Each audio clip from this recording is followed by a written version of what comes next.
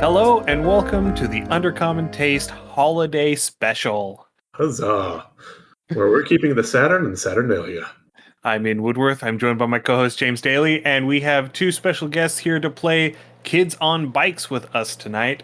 Friends of the show, Dr. Mary Crowell and Mike Daniel from 19 Hits the Dragon. Mary, Mike, welcome back to Undercommon Taste. Yay! Hello, thanks for having us back. Yes, thanks for Glad joining to us. be here. It's nice to see familiar faces again, especially since we haven't seen and talked to one another in a little bit. It's been a while. It's been some time. Yeah. Yes. I disappeared for a year, so don't worry about it. It's okay. You needed that year. Yeah. I remember seeing the posts. You needed that year. But you're back, and you're better for it, and we all appreciate it.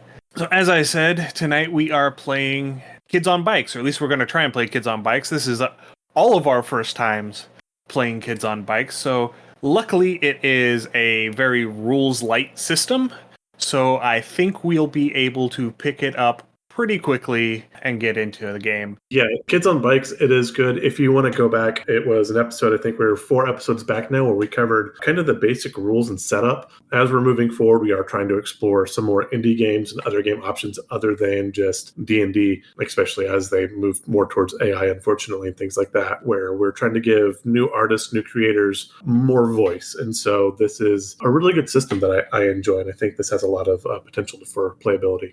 Yeah, I believe, yes, it's episode 151. So I'll link it in the show notes. But if you want to go back and listen, episode 151 is where we talked about the rules of Kids on Bikes. Huzzah. All right, so let's go ahead and get started. So who would like to be the first person to introduce their character tonight? So I'll go ahead and I'll introduce Josh. Josh is 13. Josh's fear is bugs and spiders. Josh is a wannabe. Josh, being 13 years old and, tired of being told what to do, tired of being talked down to, really, really wants to be an adult and feels adultish. He is coming into his own, and he is no longer a child, by gone it.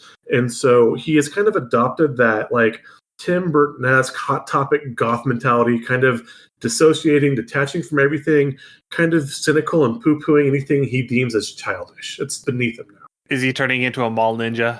Yeah, kind of. You dare to bring a mall ninja into my game? Showers are shame, optional. Showers are optional. Maybe some clove cigarettes in a couple more years. Yeah. All right. I guess I can hop in next. Yeah. So I'll be playing Shane. He is 15. He is afraid of the dark, but very embarrassed about that. So probably nobody else knows. He's really good at being cool under pressure, so keeps it all inside. But he is blunt and reckless. He's a loner weirdo is the playbook that I went with for this. So he kind of keeps to the outside of a lot of the popular society, so to speak. Big fan of 90s metal and rock. His favorite band is Rage Against the Machine. It's the t-shirt that he's wearing right now. Has some torn jeans and kind of messy punk Billy Idol-esque hair. And probably a nice warm plaid flannel as well. But yeah, rebellious, cool under pressure, and pretty lucky. And his whole goal is to protect his younger sister, I guess is what we're going with. So I'll hand that over to Mary. All right, I'm playing Jessie. Jessie is 8 years old, and she is a scout. That's the trope I picked. So she practically lives in her brownie uniform and actually wants camouflage and sea monkeys for Christmas. This is the sort of kid that builds nature blinds out in the yard and basically to get away from her parents that were always yelling at me and my sibling, basically me and Shane here. And she is scared of her own reflection because one time she went to her first sleepover and they did the whole Bloody Mary, Bloody Mary, Bloody Mary thing in the mirror. And she was pretty sure she saw something horrific there. So she is terrified of that. Her motivation is she wants to meet the real Santa, not that mall thing, but the real deal. And her flaws are that she is blunt, She will tell people exactly what she thinks of them, and patronizing because she knows so much about bugs and lives like with a stack of Ranger Rick magazines. All right. That's Yes, Ranger Rick. Yeah, Ollie Otter. Yeah. I grew up going through the giant stack of my sister's Ranger Rick magazines because by the time I came along, they already had like 6 years of back issues. Yeah. So yeah, that's what I grew up on. See, I didn't have that. My brother had the wildlife catalog in that green box, and you got like the cards every week in the mail. Yeah, Yeah, that and Ooh, that sounds cool. I would have liked that. yeah, it was kind of awesome. so I had those, and then I had my dad had National Geographic, so I got to go through all those. James, real quick, what are your skills? You didn't check off any skills on your Oh, my character sheet. skills. I thought I had. I am rebellious, and then probably be cool under pressure because I'm trying to give that like detached feel. Oh no, so am I. We're all cool under pressure. And are we all also blunt, though? I think all of us are blunt. Blunt. And cool under pressure. Oh So- no. and you say high masking? Thank you. Yeah, James's character is conceited and insecure. Yeah, so I guess cool under pressure would work. I'm And a you- treasure you I'm get- hunter. loyal then. And you get rebellious for being a teenager. Fair. Mhm. Okay. So Yeah, I'll go with loyal. Like, again, I want to be an adult. Those I feel I am close to, I will stay close with. loyal and because you get 2. Okay, let's go loyal and wealthy. Maybe my family has a bit of extra funds. Okay. You're the That'll rich work. kid that's Yeah. trying to rebel from their parents. Yeah, and again, like I'm tired of being Right. talked down to, and he's like, no, I'm an adult. I can do whatever I want. You had the ColecoVision instead of the Atari. Yes. Oh, what was the Intellivision? I have the Commodore. Oh, Commodore 64. oh yeah. Yeah. My beloved Commodore 64. If we are in 1996, this is the year of the Nintendo 64. So It is. It's also the year of the Game Boy Pocket. Yes, and Windows nice. 95. So I probably have just a full PC. yeah, there you go. Yeah. There you go. Early internet. Oh, I've got the 36.6K modem. Oh, dial up. So another quick tangent before we actually get underway in the game. I didn't get internet at my house until I was a junior in high school, and we had dial-up. So dial-up in 2005, 26.4K. Okay, that was a later junior in high school than me, Yeah. but yes. I came home from college one weekend and was trying to show my parents a video on YouTube, and it took 3 hours to buffer a 4-minute video. Yep. Mm. Oh, The Wow. struggle was real. Oh Yeah. my god. Yikes. Anyway, one of the things that happens with Kids on Bikes is you establish relationships between the characters. So I'm going to go in the order that everybody introduced yourselves. So we're going to have Josh. So James, you roll for Josh. Okay. And this is your relationship with Shane. What am I rolling? A D20. Okay. A 12. A 12. Why do you have a bond with this character that can never be broken? I think maybe we've grown up, if not exactly next door neighbors, like in close enough neighborhoods. And so we've just kind of always hung out together, just kind of playing in the streets in the evening, until the lights came home and it was time to go home. We've been to each For other's sure. house. We're both kind of like outsiders. I'm maybe a little bit of an older kid. So Yeah. if you were like a wannabe, Yeah. We both kind of hang on the fringe. We're not in the popular group. So like, again, we kind of bonded because we didn't fit in with most of the social groups. gravitated towards each other and pack bonded. Yeah. All right, that'll work. So next one, Shane. So Mike, if you would roll for your relationship with Jesse. 16. 16. Aw. What would losing this character mean to you? Ooh. Well, this would be devastating because Jesse is the only family member that I like.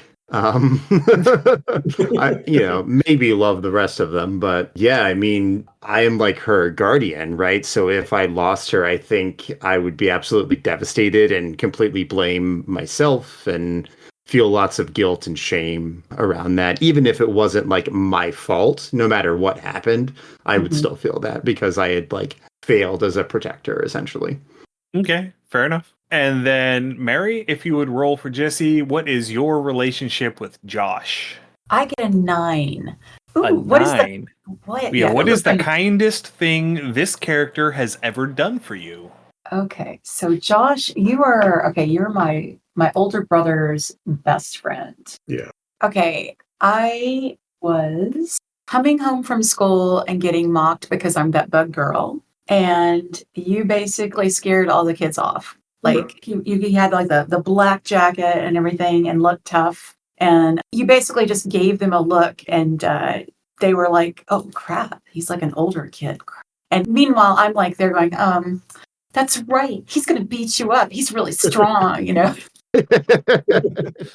And so, yes, the kindest thing you've ever done. And then the best part was that you didn't say anything else about it. You didn't make it a thing. And so that we just, in fact, also didn't tell my brother, who is clearly a little overprotective. And I was afraid I wasn't going to get to walk home from school again. And you didn't tell him. All right. That works. Okay. Yeah. So, one last thing, just to establish our setting a little bit. James, what is the name of the town that we're going to be playing in today? Oh, crap. You make me name things. Sure. Bracing myself to have to name something as well. Yeah. No, me too. I'm like, oh God, here it goes. Let's go with Dawnsworth. Dawnsworth? Worth. Oh, I'm going to take notes now. I'm not going to remember that. All right. All right. Mike, what state is Dawnsworth in?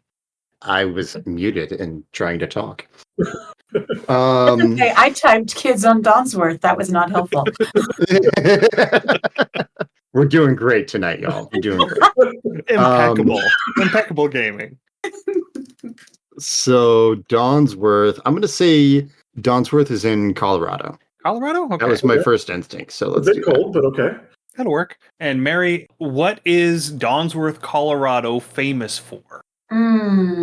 Is it an industry? Is it a celebrity? Is it some event? Is it some location? Okay, let's say there's an astronaut that's from Dawnsworth and comes back once a year and like hands out NASA hats and buttons and stuff like that. And like, you're cool if you have one and you're not if you don't. Okay. All right. That'll work.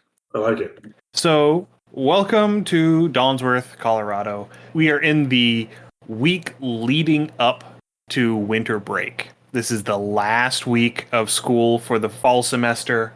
This is that period of time when all of the class parties and the TV days where they roll the TV into the classroom, into the front of the classroom and put in the various VHS tapes and we just sit around and watch movies and, you know, maybe eat cookies and chew bubble gum and just be little hellions for the teachers because they have lost all will to care at this point because all of the grades are done. And so we are now circling into the Dawnsworth public school system. It's a smaller town in Colorado, and so it has an elementary school, and it just happens to be centrally located in the county, so the middle school and high school are also here in town, and they're all in pretty close proximity to one another. So one of the things that is going on right now, one of the big rumor mill stories, one of the big urban legends that has started to really bounce around the schools is in regards to the new mall Santa.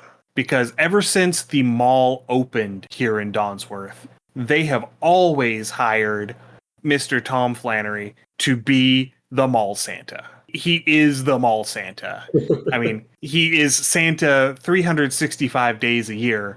It's just that this is the time of year when they actually pay him to put on the suit to sit down in the mall. He is one of those guys with the big round belly and the big white full beard who is the one that all of the kids point at and say, look, it's Santa in July. I know he's not real. I know he's not real. No, and he makes no pretense pretending that he's real, as long as he's not in costume. But this year, for whatever reason, the mall has hired in a new Santa. And there are stories going around where some of the kids are saying that they went to visit the Santa, and whenever he asked them what they wanted, they told him, and he reached into his bag and he gave them that thing. And of course, there's a certain amount of nuh-uh going on around it because that's what happens with stories like this from kids of that age. But it is happening often enough that the story is starting to gain a little bit of traction. Another element that is going on is there are certain kids who have stopped coming to school. One of them happens to be a kid named Sid McCormick. Sid is in your home class, Josh. And his younger sister, Holly, is good friends with Jessie. She's a year or so older than you, but you hang out a lot on the playground and stuff. And he has just sort of up and disappeared. Not that that's necessarily a bad thing. He's kind of a jerk.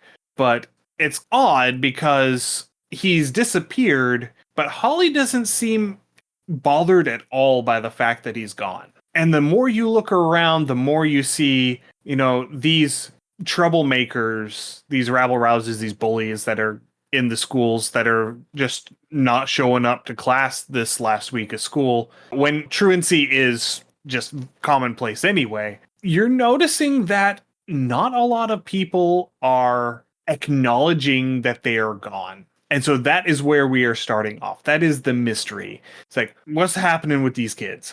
Real quick, it looks like Shane's a couple years older than me. I figure that I would probably be in 8th grade, which would also lead to that, feeling I'm older than I am. So, Shane, would you be a freshman or a sophomore? I think I would be a freshman. Okay. All right. So then you would both be in the middle school. Josh would have just showed up in the middle school. No, I'd be heading out of middle school, 8th grade, and then freshman would be high school. Yeah, it depends on where you are in the country. But I think in Colorado, Okay. 9th grade is high school. Okay, yeah. If I remember correctly. My school system, the high school started in 9th grade. Yes. Here in the city, high school starts in 10th grade. That's weird. Interesting. When I grew up in Texas, it was the same way in West Texas. So, Yeah. So it's, so just for convenience sake, I'm going to say that you're both in middle school. Okay, that works. Because that puts you in the same building. Perfect. And then Jessie is probably 3rd grade, 8 years old, 3rd grade. Yeah, So, thereabouts. all right. Yeah, I actually looked that up. That's why she gets to be in a brownie uniform. Okay. Yeah, because she's not quite old enough to be a full Girl Scout yet. No. All right, so let's say we are coming up on the end of the school day. Let's just make this easy. This is the Friday before winter break, and it is 11:45. The bell is about to ring to dismiss everybody for winter break. Okay. And we walk home, I guess, because Yes. Jessie said we walk home so we don't take the bus. So, I guess we're all kind of gathering up, getting ready for dismissal. Mm-hmm. Looking around, and I ask you two if you guys are planning to going to the mall just like before Christmas, or you guys will look at decorations or anything like that. Just kind of trying to figure out what your plans for the time off of school is, because again, we tend to hang out after hours anyway. So No, we're waiting for the bell though, so we're all kind of in separate rooms, right? Or are we in that? Oh wait, are we all watching that television? yeah, I figured. Again, so all our school things. I was thinking if we're in that kind of area where they have all the students gathered and they send groups to the buses. Yeah. The Cafe Gymnatorium. Yes, the Captain Gymnatorium. This is a small town. They don't have the funds for a school big enough to do, everything in separate rooms. Yeah. And this could be, again, borrowing off of when I was growing up, the middle school and the high school were opposite ends of the same building with the cafeteria in the middle. So we could say here that the elementary school and the middle school are opposite ends of the same building and they share a cafeteria. And we are all congregating in the cafeteria waiting for the kids who ride the buses to get dismissed to the bus line, and parents in the carpool line to start pulling up and all of that. And then there's us, the latchkey kids. Yeah. Yep. Hey. Perfect. And at this point in the 90s, it's becoming less common to have latchkey kids, but it is still very much a thing. Are you still? So, you asked what we're doing. Yeah, I'm asking if you guys are planning on going to the mall, or if you're doing anything, the week before Christmas. I'm probably excited about going home and getting a Hot Pocket, or maybe some. Oh no, the pizza rolls. Yeah. Yeah. Pizza rolls. Bagel bites. Yeah, I'm gonna go and turn on the I'll turn on the oven and get some a mall. Mom, see the Santa. He might be real. Santa's just so they can Yeah, sell toys to kids. I gotta take Jessie down there. There's no stopping her, so we might as well just make it a thing. We can hang out in the food We'll court. probably stop by the light display on the way. I'm sure there's small towns often have like that one like street, right? Yeah. That's always all lit up. So Yeah, I mean, we can check out the lights. Yeah, I mean, but Santa, I mean, they're just trying to sell you toys, Jesse. Come on. No, you don't understand. If you are really good and you really believe and you say please and thank you and you feed the cardinals in the back.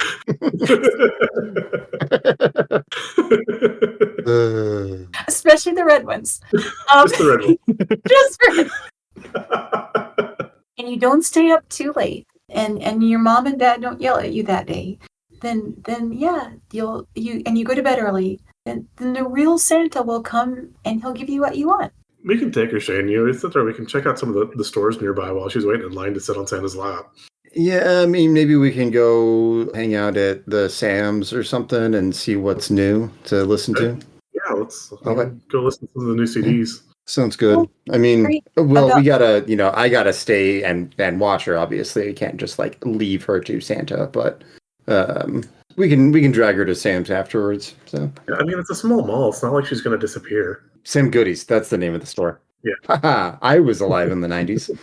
Mr. Flannery did a good job. Did he get disappeared too, do you think? No, I think I heard someone No. saying he just went skiing with his family or something like that. Okay. And Okay. don't go repeating those rumors about disappeared. I mean, those kids that aren't showing up to school they're not going to show up because it's the last day of the last week of school, and it's nothing to do with those rumors going around. Okay. Do you think that's why nobody's worried about them? Like I I said, mean, yeah. I think they just went family. I mean, they're probably just like starting Christmas early. Everybody leaves early for Christmas. What do we do in class all day? All we do is watch TV and like people brought in cookies. Oh no, it's like a big day to miss from school. Meh. Put my letter to Santa. You still haven't you put that in the mail? Oh no. Do you think he'll not get it? I mean, It's a busy time of year, but I'm sure that it'll get to Santa, and I'll glare daggers at Josh. yeah, I'm gonna look. I bet they've got like a special group of people in the post office and then make sure they'll get there on time. Yeah, There's a mailbox at the mall. We can mail it there. Okay. Don't they pick Yeah, up we those can up drop it off quicker? on our way. Okay, let's go do that. Let's go do that. You get the stamps. We can get them on the way. It's fine. I still got some. Are you sure? Yeah, I Well, got some scratch from the paper delivery that I do, so it's But fine. as Santa, if I draw a picture of a stamp, it'll still get there, right? It's not quite how it works, Jesse. It doesn't make any sense to me either, but it's the way that we do things. So. The post office is going to take your money like everyone else. Is it because capitalism? Okay. All right. I love how the rich kid is the one trash talking capitalism here. It's Well, yeah, Actually, I said it. No, I was going to say I actually said a thing. it would make sense because I have that casual disregard for because I always have money, so it's like it's just money, and people are trying to take money. Money doesn't mean anything to you, so Exactly. it's fine. that's because it's old money. Exactly. Old money just hits different. All right. So as you guys are waiting those last couple minutes for the bell to ring and for everyone to be dismissed, Holly McCormick comes over and sits down with you guys and says, "Oh, hey, so what you all doing today? Oh, we're going to the mall. We're going to see the new Santa. I heard he's really good. I heard he's a really good Santa.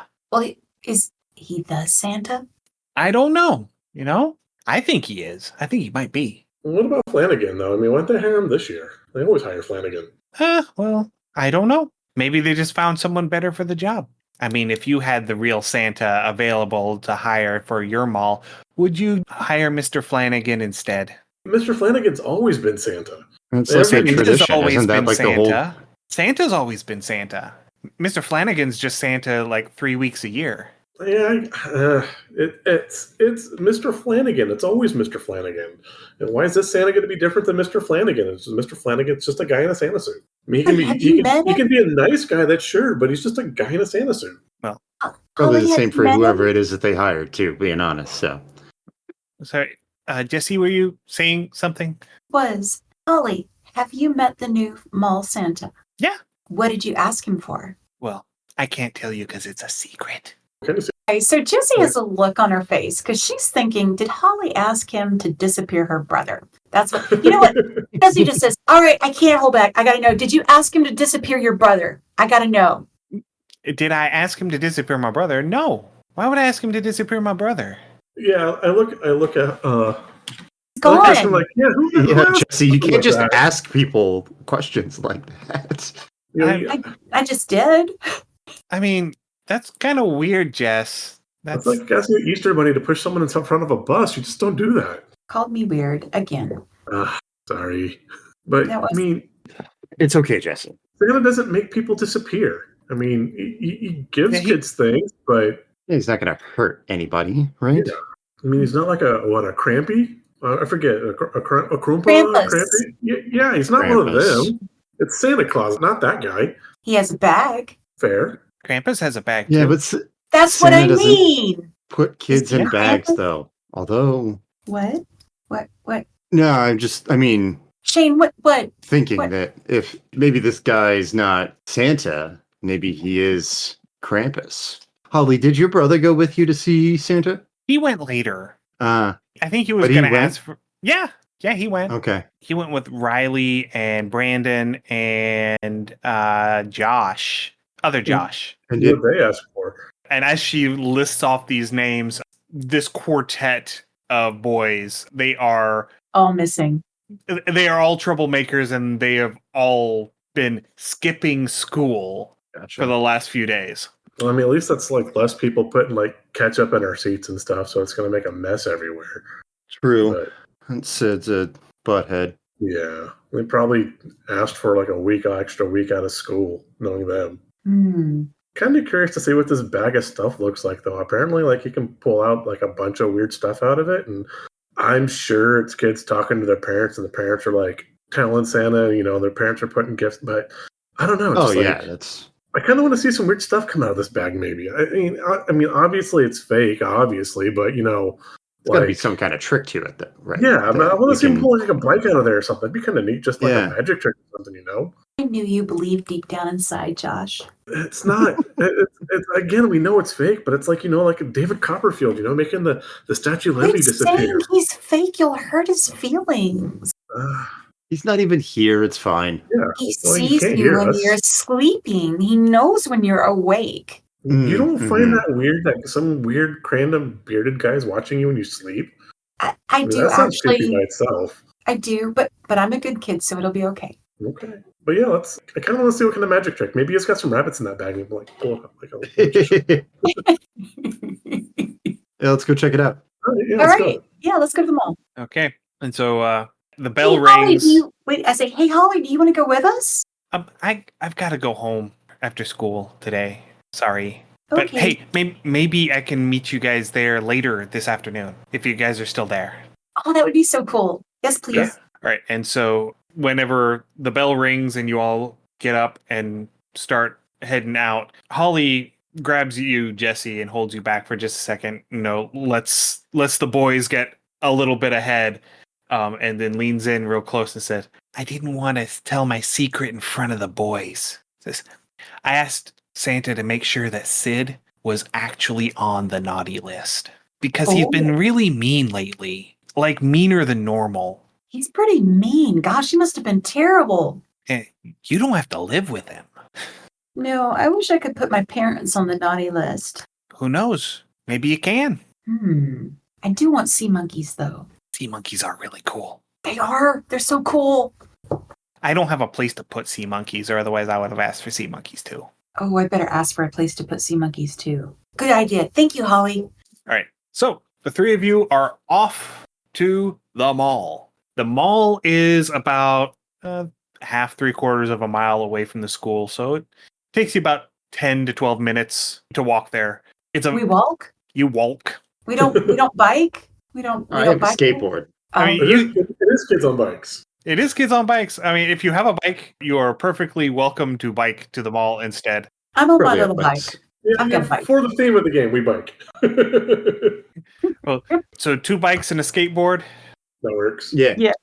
All right. So we'll cut a couple minutes off of that time. It's really cold.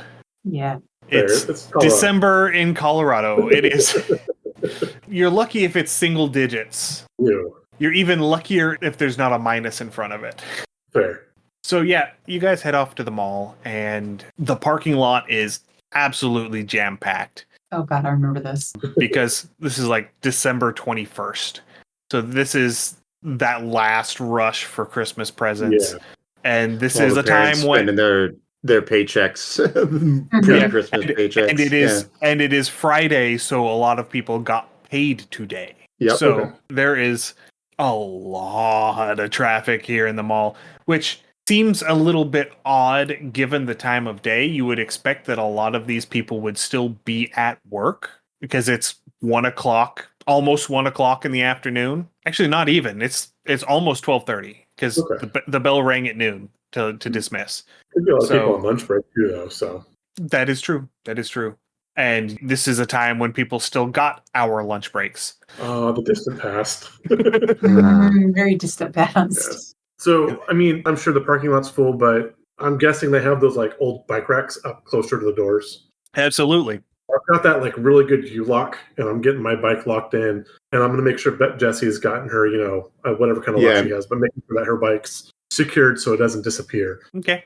Yeah, it takes you a little bit of time to find open spots in the bike rack Okay. because it seems like lots of other kids had the same idea of coming to the mall after their half day of school. Mhm. So there are a bunch of bikes chained up in the bike rack right now. But you are able to find one bike rack that had 2 open spots on it. They're not next to each other, but they're both in the same rack. So you're able to park them in together. Do I see Sid's bike there? I think this would be a good time for, let's call this a brains roll. Okay. Because And I you're trying to identify a familiar looking bike. Okay. I'm going to do a brains roll. Here we go. And you got a D20, so I do, but I did not roll great. I rolled, let's see, I don't want to get any pluses. So I just, I have a 6. I'm going to put a 6. that way. I think a 6 is probably going to be sufficient for this. It's not going to be a very difficult check. Okay. So yeah, so the character succeeds, but not impressively. So any benefits the character gains above and beyond the success should be quite limited if present at all. Mhm. So you're looking around, and like I said, there are several bike racks out in front of this mall, and they are packed full of bikes. But as you're going through looking for a spot to lock up your bikes, Uh-huh. you do find a familiar looking bike. You do find one that looks a lot like Sid's bike. And as you're looking at it, it has been here for a little bit of time. It was not put here today because it snowed overnight and there is still a crust of snow on the seat of this bike. Mhm. And you know that wouldn't be there if he had ridden the bike here today. Ooh. I pointed out, Shane, Josh, look, this is Sid's bike. I kind of look at it, and I look at Shane, and I'm like, I wonder if it got picked up by mall security. Talk about Menotti list. Yeah, that could have happened. Sid is one to, all those kids he runs with are one to have sticky fingers. So, Yeah.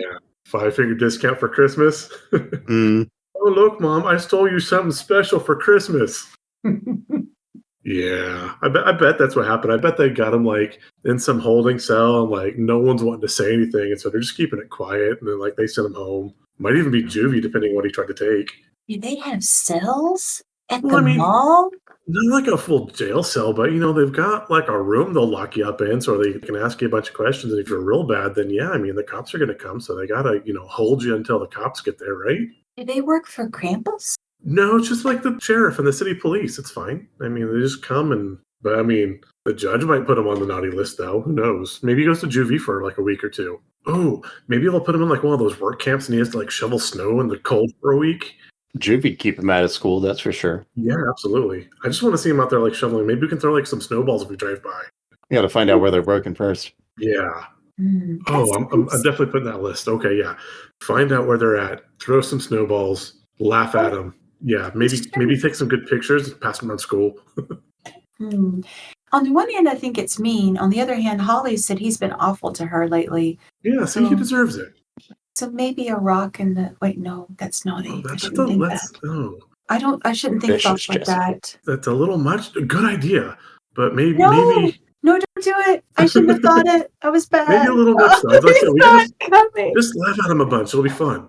Okay, I have to do something extra nice at some point. You got your letter you wanted to send off? Or, I mean, the I post do. office is on this end of the mall. Yeah, we'll get you some stamps. Okay. All right. So heading into the mall. Yeah, we're gonna go ahead and head Yeah. into the mall. All right. So you head into the mall. The entrance that is closer to the school is not the front entrance to the mall. It's one of the side entrances that actually comes into one of the anchor stores.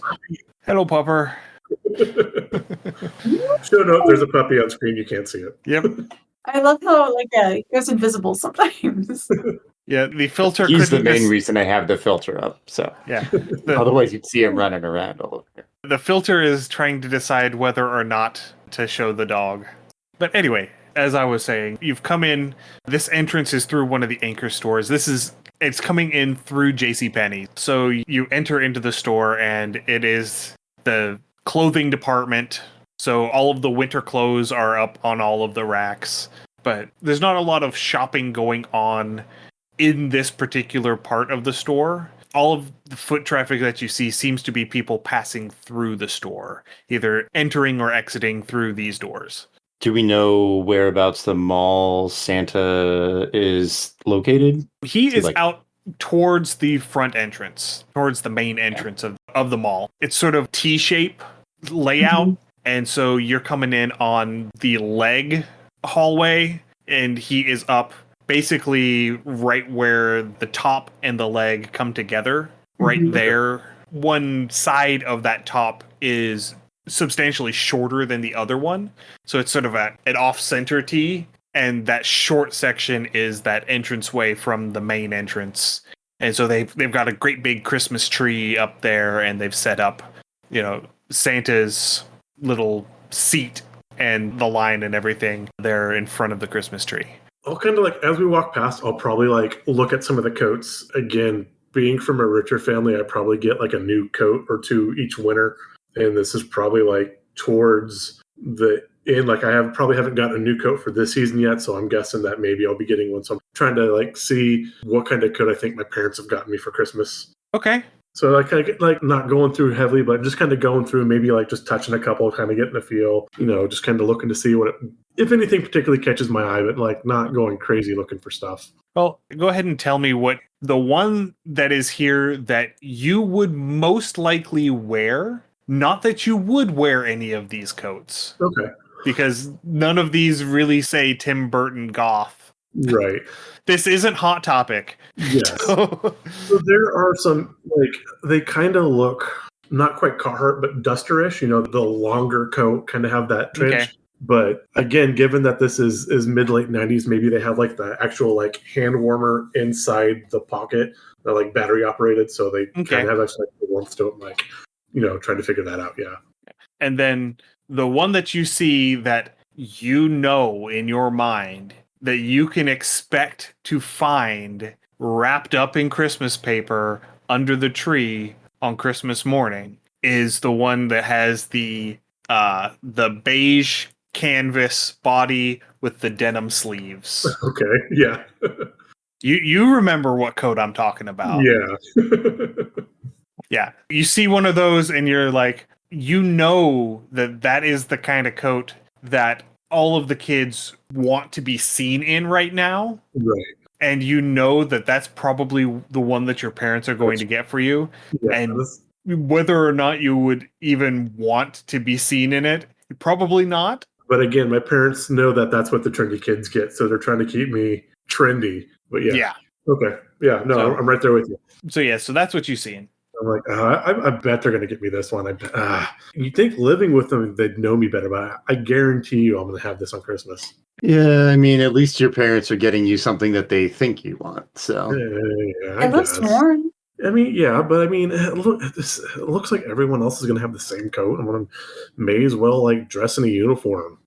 All right, so there isn't an actual post office here in the mall, but there is, what is it, Packages Plus, that store where you went and mailed oversized packages. Yeah. Okay. Mhm. There is one of those. There's a couple storefronts down from the JCPenney's once you Okay. enter into the main hallway. Okay. And you're pretty sure that you can pick up stamps there if you need them. They probably have like one of those post office, like the boxes, the blue boxes, or mail Yeah. drop. That's the word I was Yeah. looking for. They also that's have a what I mail want. drop, yeah. Now, did they have? I don't know if you guys recall. They used to have it was almost like the gumball machines, but you could do like single stamps. Yeah, Like, that's you what I was push the thing wondering. and like the ticket things. Yeah. Our post office used to have them, and they got rid of them. And I'm like, Oh. well, yeah. So And looking up really quick. Much stamps cost in the 1996. Yes, exactly. Was it 32 cents? 32 cents. Yeah. Oh. Yeah. From January 1st, 1995 to January 10th, 1999. So yeah, 32 cents. So I bet the little thing, maybe the little feed machine probably was 50 cents. Probably have to like put 50 cents in to get a single stamp out. Just 2 quarters. I mean, you can just go up to the counter I don't and know, buy some stamps. Yeah, we could do buy that. a stamp. You know, you can buy a single stamp. I don't know if Jesse has any money. I do. Yeah, if Shane doesn't, then Josh probably would. Shane has a little bit. I think Shane probably has like a part-time job, like delivering papers or something like that you would get at 15, like one of those first jobs. Gotcha. Okay. So he doesn't make much, but he's got enough that he can buy you stamps for sure. And again, it is 32 cents. Yeah. Okay. I mean- Thank you, Shane. That is substantially more in 1996 than it is in 2024, but it's still But- just 32 cents. Right. I'm going to draw you a great picture. Thank you. Yeah, of course. I got my I'll go up crayons. to whatever You brought crowns with you? 16-year-old they have working at the kiosk. Yes, I do. It's in my backpack. So yeah, you head up to the counter to buy your single stamp. And the person standing behind the counter is someone that you know. I wouldn't say that you were friends with them, but you know who they are. They would have graduated high school last year, so they are actually working. They're like in the middle of their shift right now. And as you can imagine, it being lead up to Christmas, they're pretty busy. Mm-hmm. But you just happen to catch them at a time where there's not a line, but there is a whole bunch of activity going on behind them, where everybody's packaging up parcels to get them sorted and shipped. Gotcha. Yeah, So- So who is this person that you found? we'll say her name is Mindy. Mindy? Okay. Mindy, yeah. She probably was like one of the popular girls, but has now graduated high school and realizing that didn't do much for her outside of high school. So the female equivalent of I played football in high school. Yeah, Yes. she was like cheerleader, right? Yeah. So Okay. high school cheerleader. There you go. So like you said, like not someone that I know personally, but I know who she is because Exactly. of Yeah. small town and high school cheerleader. So yeah. And so, yeah, and she's got this entirely oversized wad of chewing gum that she is constantly just working on. And so you walk up to the Yeah. counter and she just, yeah, can I help you? Just need a stamp. If we can get a Christmassy one with like some candy canes on it or something, that'd be great too. Yeah. And she digs around under the counter for a minute and she pulls out this roll of stamps. And it's the one that's got the wreath with the 3 candles. Oh yeah. Yeah. Yeah. And so she pulls those out and she tears one off of the end and puts the roll back. It's like, that's 32 cents. Yeah, I'll pull out a couple quarters out of my pocket and toss them. And she rolls her eyes at the fact that she has to make change for a 32-cent stamp. And she's I don't carry just 32 cents around with me. I'm sorry. she just that epitome Yeah. of a mall worker that does not want Yeah. to be there on Christmas week. And so she gives you your change and your stamp, and I'll hand it. Yeah, sorry. you're free to go. Yeah, I was just gonna say I'll hand it off to Jesse and just kind of ask Mindy. Seems pretty busy. A lot of people out here during the middle of the day trying to see the Santa Claus or something, or what's going on? Yeah, that's what I'm hearing. You heard anything? You heard anything else about him? Just that some of the store owners are not real happy about him, you know. Oh, really? Yeah. Well, whenever you gotta get in a fist fight at Toys R Us to get a Tickle Me Elmo, or you can wait in line and ask for one and walk out with it for free, where do you think they're gonna go? Oh, so he's like really just giving out toys then? That's what I'm hearing. Huh. I've seen enough kids walking by with stuff. I mean, stuff not in a bag, so to me, that says doesn't come from a store. At this point, Jesse, who's licked her stamp and got it all ready to go, goes, "Have you talked to him?" Nah. Okay. Jesse goes off to go find the mailbox while Okay. they're talking. Yeah, and it's not so much a mail box as it is a mail slot. Okay. It's just on the outside of the store. And so you pull down the handle and opens up the chute and you just drop it in and You get the Peanuts music playing in the background. Do, do, do, do, do, do. Oh, wait. Right. That's her. I mean, that's what she did. so your letter to Santa has been successfully sent off. Mm-hmm. Yay. I'm probably getting hungry at this point, and I'm assuming because I looked up and Cinnabon was a thing at this point too. And again, I was expecting pizza rolls, and we decided to go to the mall. So I'm probably like, post school Snackish. hungry. Yeah. So yeah, that's drawn by the smell of pizza and/or cinnamon rolls. And Okay. also, like, I'm probably enjoying the Christmas decorations, but doing my best to look like I'm not looking at them. But like, again, that little kid in me is still like, yeah, Christmas decorations. But I'm like, I'm too old for Christmas, but decorations. Yeah, I'll swing by Jessie and like kind of grab her hand and tag her along. Say, all right, Josh is heading out. Let's go. Oh, okay. Got your letter mailed? I did. Thank you Okay. so much. Of course. All right. So as you're heading up, because you have to head up to the intersection where the Christmas tree and Santa are in order to hang a left to go down to the food court, you notice that this line is huge. Like, it has spilled out well beyond all of the ropes that they have. They have clearly pulled in additional ropes from other places. They've taken all the ones from the movie theater because you can tell because they're a different color, and they have extended the line as far as they can. And as you get up to that intersection, you see that it extends out the main entrance out into the parking lot. Oh, jeez. I look Jesse, at, I don't know. Never gonna get to talk to him at the yeah, I look at Shane and Jesse like, wow, that's like an amusement park line. Like, is there like a 3-hour wait? Yeah, we're going to be waiting hours if we want to get you in line, Jesse.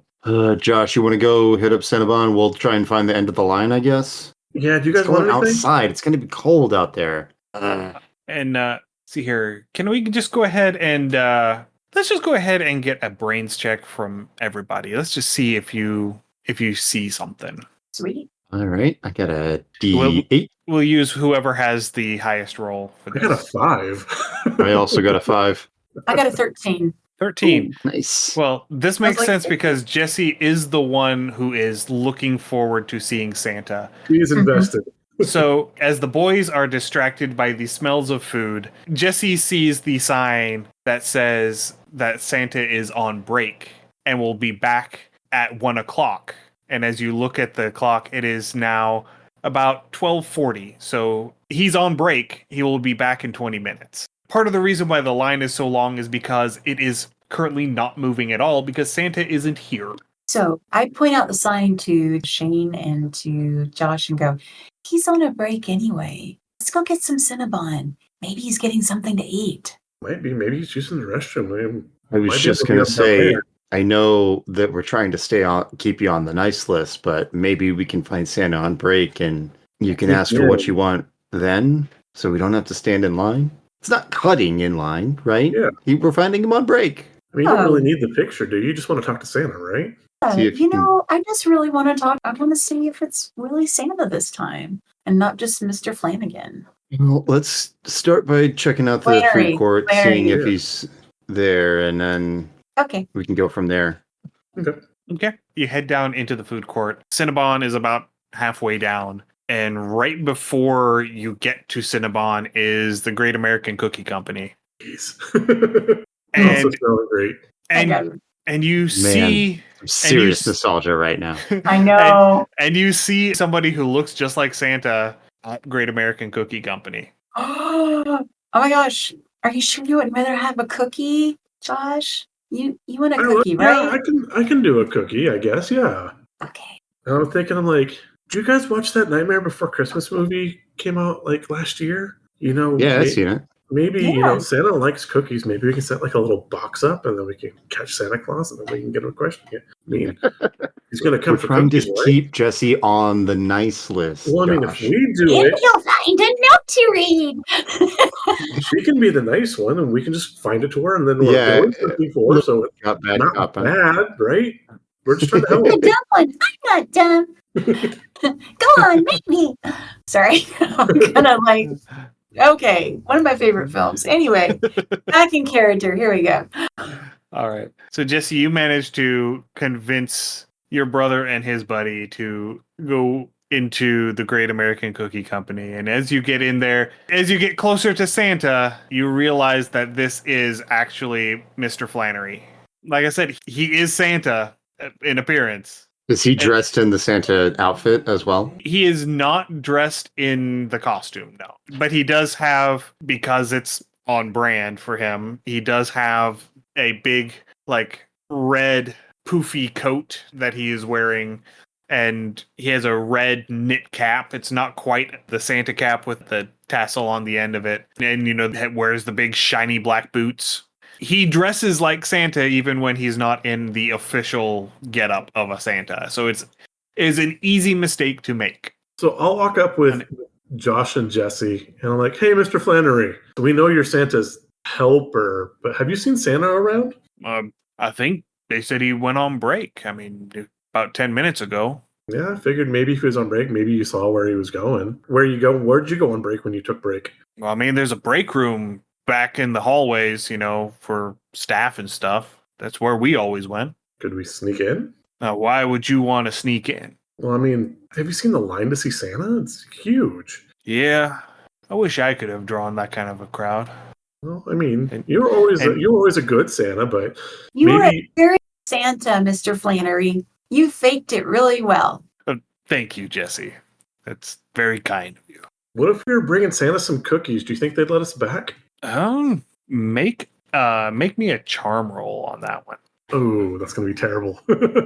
Or 6. maybe if you roll a 6, then that means that the die explodes. Yeah. So you get okay. to roll it again. A 6 and a 2. So an 8 total. Okay, I'll take it. All right. Yeah. He thinks about that for a minute. And he's like, I can think of crazier things. I mean, at the end of the day, I'm not the one that you have to get past to go back there. There is, security at the door to keep just the common shoppers from wandering back there. They've had to step it up this year because, well, who the Santa is. So I'm sitting there and I've got my wheels turning, and I know traditionally, Santa drinks cookies and milk, but I also know these are adults, and so maybe cookies and a couple cups of coffee, one to give to the security guard, and maybe some coffee to take to Santa, as well as some, again, fresh cookies, because fresh cookies are fresh cookies. Okay. Yeah. So I asked Josh and Jessica, or ask Shane. You ask yourself. Yeah. I've been wondering about Internal that. monologue. I asked Shane and Jessica, I'm like, what do you think? Some fresh cookies? What kind of cookies should we get? I don't know. Jesse, what kind of cookies does Santa like? She takes a moment and thinks. And she really decides it's like what her favorite cookie is. Yeah. She says, I think chocolate chip. Okay. Yes. Classic. Yep. It's very jejune of me. I read that book. I read that word once. So yeah, I'll go up and I'll ask for, a package of, I'll ask you guys what kind of cookies you want too. Chocolate chip? Chocolate chip. Yes. Shane? What kind of mumble snickerdoodle? Okay. So I go and I get like a dozen chocolate chip cookies, and I get two snickerdoodles and 2 chocolate chips, and then some oatmeal cookies for me, and then I also get 2 cups of coffee, and I kind of get it all bundled up. Okay. I think if we play our cards right, they might let us skip the line, and hey, we're bringing cookies to Santa. Santa loves cookies, right? Mm-hmm. He does. I have done my research. I'll just give Jesse a little pat on the head. She looks at you very earnestly and nods, like you're totally in all agreement with her. She loves that you approve of her. All right. So all of this together has taken you about 5 minutes. Okay. So you now have 15 minutes before Santa comes off break. We have to hurry. Yeah, let's go find the break room. Yeah, so we start kind of sauntering off that direction with our nice warm cookies. I don't want fresh baked cookies now. Oh my god. There's insomnia cookies around. That's just trouble. All right. So you're heading off to the back hallways, or to find the back hallways. And you've been in this mall so many times throughout your childhoods. You know exactly where the no admittance door is that all of the staff are allowed to go through. And as you get there, you see that there are 2 security guards standing outside the door. So I walk up to the security guards and I've got cookies. And I'm like, Santa back there? What's it to you? Well, we got some cookies, and I figured, if you could tell if he was back there or not, and if he is, maybe, help us see him real quick. I've got some coffee and maybe a couple cookies for you guys too. All right, give me a charm roll on that one. It's like one of my This one.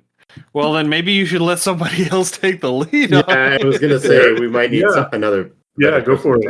And, I have a D4, Ian, so. Wait, isn't there like a game mechanic in this where if we failed at a roll, because they like had 5s on their brain thing earlier? I was specifically wanting the highest roll of the 3 of you on that one. Oh, okay. So we still don't have any love there. Okay. Never mind. Not yet. Not yet. None for us. Yeah, maybe Jessica can play the guards a little bit better. So I will hand her the cookies and go talk to the guards. Maybe they'll let you back there.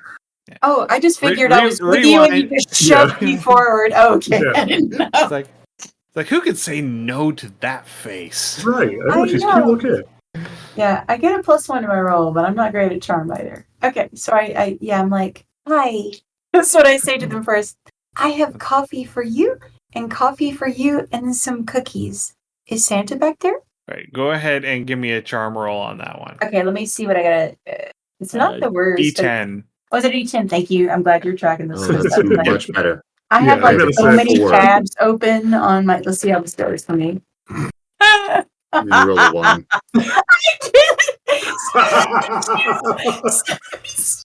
sneezed into the coffee. Oh yeah. So the failure is bad, but not a disaster. There will be some short-term consequences that might lead to some immediate difficulties, but nothing that the character can't handle if they focus on them. The character has tried to do or has been forced to do something beyond their capabilities, and not surprisingly, they've failed. That was amazing. So yes, I think what it is that Josh just sort of shoved all of these 2 cups of coffee and this giant bag of baked goods off on this 8-year-old girl, and it's a lot. It is a dozen cookies and 2 cups of coffee is a lot for someone that size. And so as you are handing off the coffees, one of them, the lid pops off of it. Of course. And so coffee, a couple degrees shy of lava, comes sluicing out. And it burns your fingers a little bit, but it also burns the hand of the security guard that you're handing it to. And the other security guard is disinclined to let you in because the other one has to go to the first aid station. He runs off to the bathroom to put his hand under cold water. Oh, no. Would I chance know the remaining security guard? Again, my family's, one of the richer families in town. Would there be like a way that maybe they know like some connection, or maybe friends of family are able to schmooze with them? As you're looking, this security guard does not look familiar. You've not seen them here, and the company that he works for is not familiar. You've not seen this company in town before. I kind of want to ask him about the security company, see where they're from. Well, are you going to ask him? Yeah, I'm thinking, I want to know how I phrase it. I'm like, you guys aren't the normal security guys around here, are you? I don't recognize, I know most of the company names around this town. I haven't seen yours before. Where are you guys from? Out of town. We work with the big guy. Oh, okay. Well, you out of Houston or Seattle or New York or what? Make me a charm roll on this, because you're trying to milk information out of this guy and he doesn't want to give it to you. So much charm. Hey, I got another 6. All right, explodes. And another 6. Okay. And a 2. Oh, so 14. 14. So character succeeds, but not impressively. So he, what answer does he give? The answer he gives you is Cascadia. Okay. Like, oh, you guys are coming a long way from home, but I mean, why'd you guys replace the regular guys? I mean, it's not. Boss came here. We came with him. Okay. That's how the gig works, man. Huh. And I kind of like, I'm standing by the security guard, not saying a lot, kind of looking around, maybe like trying to glance around or kind of getting the feel like, again, kind of like when you're hanging out backstage and you know you can't get backstage, but maybe catch the band as they walk out. Right. Yeah. Yeah, that's what I was thinking as well. If we can wait till he's coming off of break and going back, we can try and run into him there. And just for the record, the insignia that you see on the lapels of this particular security guard, it says Oberon Security Services. That is the company that he works for. Oberon? Okay. How far would we be from like the restrooms? The restrooms are... So this is sort of an access hallway. Okay. And the restrooms are actually just a little bit past this door, a little bit further down. Men's room is on one side, women's room is on the other. I'm going to whisper to Shane, I'm like, hey, stay here. I'm going to check the restroom. I'm going to act like I'm going to go to the restroom and see if maybe Santa's, in the restroom just post break or getting ready, because I mean, long day, a lot of stuff going on. Got to use the restroom eventually, so. Okay, yeah. So you head down to the restroom. You round the corner and you head in, and the restroom, it seems empty when you walk in, and then you hear a toilet flush. It's one of those scenarios. Okay, kind of creepy, but I'm gonna look and see if I see like boots. Like, do they look like Santa boots or do they look like tennis shoes? I'm like, you do see boots. They do not look like Santa boots. They look like the boots that the elves that are Santa's assistants over by the Christmas tree. This looks like one of the Christmas elves. Okay, I'm gonna hang back. I'm gonna go and then maybe like take a really long time washing my hands. Maybe like act like I'm getting something off my shirt, just kind of seeing if I can see the elf, and maybe the elf will help us get back to see Santa. Okay, so you go to wash your hands, and you hear the rustling of fabric and the jingling of bells, because of course they are adorned with jingle bells. Of course. And eventually this individual walks out of the stall and up to the sink next to you and starts washing their hands. Again, this is somebody that you don't recognize. And this is a fairly small town. It's hard to find people that you don't know in town. I'll ask him, hey, are you working with the new Santa? Yeah? I have a question. I know he's on break, and the line outside for Santa is like, it's insanely long. It's like amusement park ride long. And my friend's sister's here, and she I mean, I know Santa's not real. I get it. I get it. But, And when you say that, he gives you this side eye. Okay, I'm like, but I mean, he is still facing forward, washing his hands. His eyes rotate to look at you when you say that, and then he goes back to washing his hands. I'm a little put off with that, but I'm like, but my friend's sister, and she's really excited. She still believes in Santa. And she just mailed her letter. Like, we brought her here from school, and she's really excited. And, we can't be at the mall all afternoon because we got to get home. We just got out of school. Is there a way we could, like, see him real quick before he gets out to, the big crowd? And she just wants to ask a couple questions, say, hey, maybe I want one or two things for Christmas. And then we can be like, won't be more than a minute, I promise. And so he finishes washing his hands. He doesn't respond. He just finishes washing his hands, and he turns off the water and goes and grabs some paper towels and dries his hands. And he turns back to you and says, nice list. She's a great kid. She wouldn't hurt a fly. I mean, literally, she's the sweetest kid I know. And he nods, and he's thinking. He says, see what I can do. Jesse, if it helps. And he doesn't even acknowledge that you said anything more to him. He just turns and walks out of the bathroom. Okay. I'll kind of follow him, and like as I follow him out, I'll try to like signal and wave to Shane and Jesse. And you walk out to the hallway, and you see him walk up to the staff access door, and the security guard acknowledges him and opens the door and lets him through. Another thing that you're noticing now is that the security guard is wearing a glove. A glove. Not two gloves, a glove. Just one. Just one. It is on his left hand, and he used that hand to open the door. Interesting. So he's not Michael Jackson. I did think of that. Yes. Oh, A question. okay. Jesse wants to know, what is the door handle made of? It's metal. Is it iron? Steel. Probably. Okay. It probably is, yes. That is the common material for door handles. Not Okay. brass, right? Good question, though. Well done. Yeah, I mean, as Josh, I wouldn't know what to do with that information, but I kind of wish Yeah, that Shane Jesse has might- no clue what that means, but Yeah. Mike is very Well, intrigued. If Jesse even said anything out Right. loud. Yeah, but I mean, that probably would be something Jesse would. Honestly, Jesse is a little mini me. I'm gonna admit it. Like she totally is. I'm sorry. She is me. I'm gonna whisper him like the guy said he's gonna talk to Santa. I said you're probably on the nice list. I mean, I can't imagine why you wouldn't be on the nice list. So hang Really, tight. Josh? Maybe Santa will come out. I can't promise anything, but maybe. Get the cookies. I mean, ready. he's got to come out eventually, right? Yeah, So yeah. I think so. he's not just going to teleport back over to the chair. Well, But you he's can do the whole magic. finger nose thing, Maybe.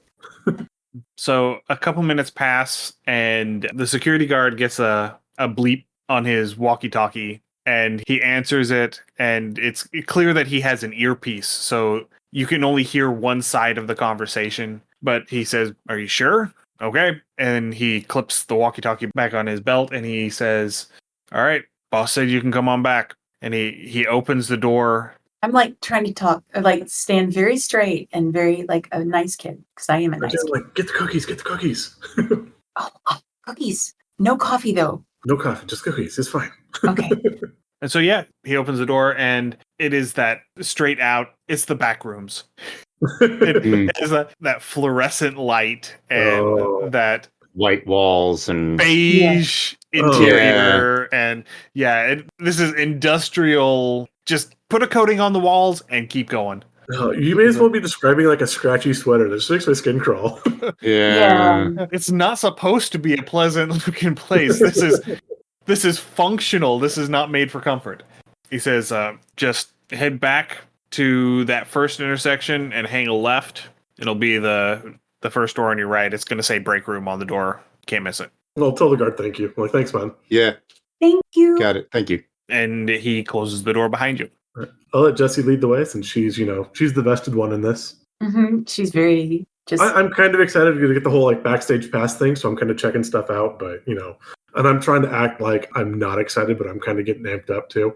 Okay. So you're heading down this hallway, and it's a fairly decently long hallway because it's running along the back of all of the stores. Mhm. And there are the fire exit doors from the back side of the store Mhm. opens into this hallway. And so you're heading on down, and you get about 2/3 of the way down this hallway. You can see where the intersection is. And a kid comes running out of that hallway. Kind of stop and What? Yeah, Yeah. sorry. no, go. That's it. I'm like, I was just going to say, what kind of kid? Like, what is he? How old? Does he look happy or sad or scared or? You catch enough of a glimpse of him to see that this is Sid. oh, This is Sid, and he has sort of a haggard, almost panicked look on his face. He makes eye contact with you, and he gets ready to speak. And this clawed hand covered in black fur reaches around the corner, grabs him, and pulls him back into the hallway. nope. I immediately nope, grab nope. Jessie and step Yeah. in front of her, like kind of push her behind me. Be like, And- what the hell was that? And you hear a scream, Josh, clearly did you a see that? scream that is shortly thereafter muffled. Everybody Nope. saw that, right? Yeah, no. Let's go, Jesse. I don't think that's Santa back there. Oh, Holly doesn't know what she did. What do you mean? Well, yeah. I mean something, but Holly told me a thing I'm not supposed to tell. Jessie, is it putting someone else in danger? I think we're past that point, Shane. I mean, it Okay. is Sid Shane. I think you could. Scary, but I think you it's can- Sid. He said she wanted to make sure that all she asked Santa for was that to make sure that Sid was on the naughty list. Well, it seems like she got her wish. Wonder if Sid got to make a wish. I don't think it was getting grabbed by Chewie's hand. I haven't gotten to watch it yet. Do you think they'll let us leave? I mean, Be very quiet. Jesse's got to be on back the up nice slowly. list, right? Yeah, let's back up slowly. I And- mean, if we have to, we can leave the cookies behind and Oh kind of. gosh, Yeah, there's that's a a great security idea. guard. There's a secure. Oh yeah, we'll use. Okay, there's a security guard though. Are all of the fire exits closed? I mean, We'll probably set off an alarm if we open any of Yeah. them, but yeah. I Okay, mean, so Jessie is trying to kind of walk back. Like she's like, "Let's find a fire exit." yeah. I mean, are there fire exits on this thing that we could go, or is there? So the fire exits for the individual storefronts open into this hallway. Okay. So Mhm. there are no handles on the hallway side because it's just for exiting the store. Okay. And then the fire exits from the building. There's one on the far end of this hallway that you're going down. You have to go past that intersection to get there. And the other one is to go back through the door that you came in through and then down to the end of the hallway past the bathrooms. yeah, if these security guards are working with the big guy, I don't know that I want to deal with them again. Yeah. Yeah.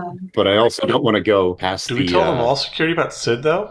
I mean, it's Sid, Those but guys weren't mall security. Yeah, I know. So the mall security's got to be here, and maybe they know what's going on. I don't know. I mean, do we need to tell? I mean, it's Sid, so I mean, meh, but that was kind of freaky. Even Maybe they Super already freaky. got Yeah, in. I want to get us and Jesse out of here as soon as possible. But let's go then. We can make an anonymous tip from home. We just use the phone, right? yeah, I guess we'll try and like sneak past this door and get to the fire exit. Yeah. I mean, we could maybe shove it open real fast and then just run out. I have a question. And the question is, you said none of them have handles. My question is, did one of the stores maybe prop it open or anything? Okay. Let's make a brains check. Let's All right. let's see if No ones this time. It's not a 1, but it ain't great. It's a 3. It's A a three? 3. Yeah. a 3. Yeah. Yeah, you're looking through here. So go ahead. I forgot to give you your adversity token on the first time you had a 1. Okay. Yes. So this will be your second adversity token. I have 2 You have 2. adversity tokens. And so yeah, for once, everyone has followed the rules. And nobody has propped open the door. One time. The one time whenever it would have been really helpful. Probably because they're scared of Santa. Yeah, I'm talking to Um, Shane and Jesse. I'm like, if we just hit that door really fast, maybe we can knock the guard over and just run out the door. But I mean, we're kids in the it's worth a fall and shot. we're running through. What are they going to do? I mean, if we get to where people can see us, it's not like they can drag us off in front of everybody, right? Everybody is focused on Santa. They're not looking. I don't know if anybody's going to see. Yeah, but it's worth a shot. We can try pushing our way past. All right. All right, yeah. So I'm gonna get a running start for the door. I'm gonna try to kind of hit the door and shove it open I'm assuming, is there a handle or is there like a push bar to open the door on this side, or how's the door on this side look? The door is a pull door from this side. Oh, So so Josh we is just Josh is just gonna go pancake on it. There's this resounding thump as he bounces off. okay, yeah, fine. I roll full steam in the door and I kind of like stagger back and I hit my butt. Oof.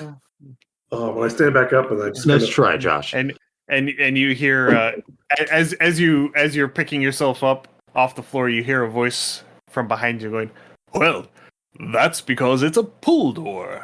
I'd turn around to see who was talking. Yeah, I do too. I look back kind of over my shoulder. And the best you can describe is you're looking at Santa Claus. Does his hands look hairy? Huh? The hands look hairy? No. Oh. He has very normal human-looking hands, and he is in the process of pulling on those white, like cotton curator gloves Mittens, yeah. that Santas wear, to mitigate the number of germs that they contract from the children that are covered in snot and spit and something sticky. There.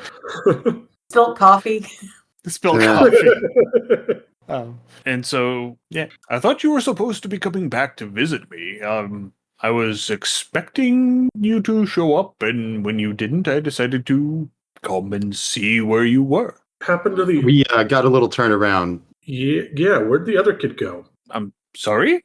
What other kid? There was a kid named Sid. We saw him and then something grabbed him. Something grabbed him.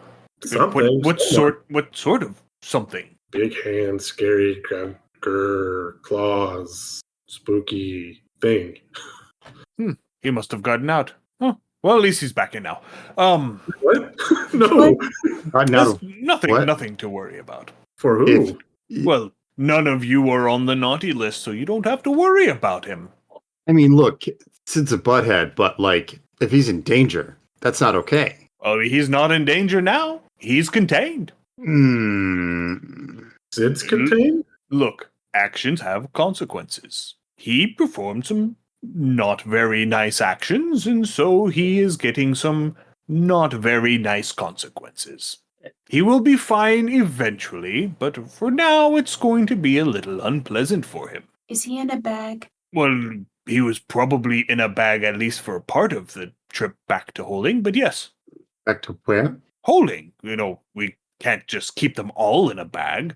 That's quite inhumane. Holding. All? Yes. How many is all? Oh, I've lost count at this point. Right. My job is not to keep track of the naughty list. My job is to keep track of the nice list. The naughty list is something that I subcontract. Okay. So who does keep track of the naughty list? Santa? Krampus, of course. Of course. Well, yes, that is his job. Did he take vacation? I couldn't very well rob him of his job. Is he on vacation with Chupacabra? No, Chupacabra isn't real.